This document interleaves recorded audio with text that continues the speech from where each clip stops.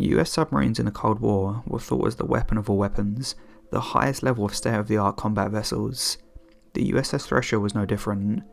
It was a nuclear-powered submarine with a huge sonar system and computer fire control, and was a leap forward in US submarine engineering. On the 9th of April 1963, the Thresher takes to the ocean with 129 men on board, and the following morning begins a deep dive into the North Atlantic Ocean. The USS Thresher was attempting to go to test depth in increments, which is the maximum amount of depth that the submarine was permitted to go to under normal circumstances. The mission appeared to be going smoothly until about 9:13 AM, when the USS Skylark received a communication about something going wrong. The USS Thresher reports having some minor difficulties and having a positive up angle, but they would keep Skylark informed. However, only 3 minutes later, there was another transmission, which this time was barely even intelligible, and had a very low frequency and almost a rumbling sound. Then nothing. On board the sub, the first sign of something going wrong could have been the scent of salt in the engine room. A small coupling on a seawater pipe had slipped, resulting in a small leak, which then got worse and began to flood the entire engine room. And due to this, the helmsman point the submarine upwards, and then attempt to fill the ballast tanks, which would force the submarine to the surface of the ocean. However, upon attempting to fill the ballast tanks with compressed air, nothing happens. The leak, on the other hand, is getting much worse. On average, about 50 tons of water was pouring into the vessel every minute, which would be extremely loud. Due to the high pressure of the leak, the water was almost spraying into the sub, like if you pushed your finger against a tap, leaving the men with very low visibility. Then their electrical bus had a shortage of power.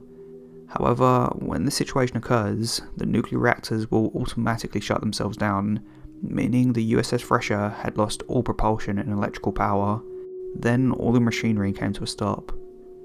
The backup batteries didn't have enough power to drive the sub upwards, and due to the ballast tanks not functioning, the men would have been in a dire situation. The submarine would now begin to sink to the depths of the ocean, to what is known as a crush depth, which for the USS Thresher is about 2,000 feet deep. The crush point is the point where the submarine would go so deep that the pressure would destroy it instantly. As the submarine sank further and further, the men on board would have known they were about to die. They would start to hear the sound of metal bending and cracking under the immense pressure of the ocean. Until 9:18 AM, the massive pressure on the submarine crushes the vessel like a tin can, killing everybody on board instantly. After 6 months of searching for the sub, and upon it eventually being found, it was determined that the sub exploded from such extreme forces, and only scrap metal remained. There was no rescue mission that could take place that deep into the ocean, meaning the men were literally on their own for their last moments. One man, who was supposed to be on board the submarine, had to leave just minutes before its departure due to a family emergency, but little did he know that would be the last time he would ever see his friends and crew again. Upon investigation, they found that 14% of the joints in the piping that moved high pressure seawater throughout the vessel failed inspection, and hundreds of other joints had never even been tested.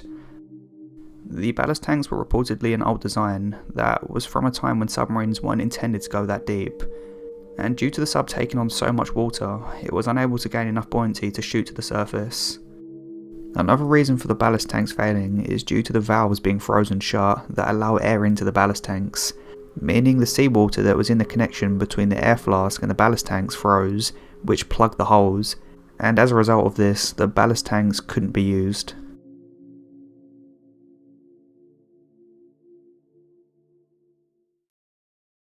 Hello everyone, I hope you all enjoyed this video. I actually found this topic really interesting and I really enjoyed researching it, so if any of you know of any similar incidents, please recommend them in the comments if you'd like to see more videos like this, as I'd like to make more like this, to be honest. Thanks a lot for watching, and I'll see you guys in the next one.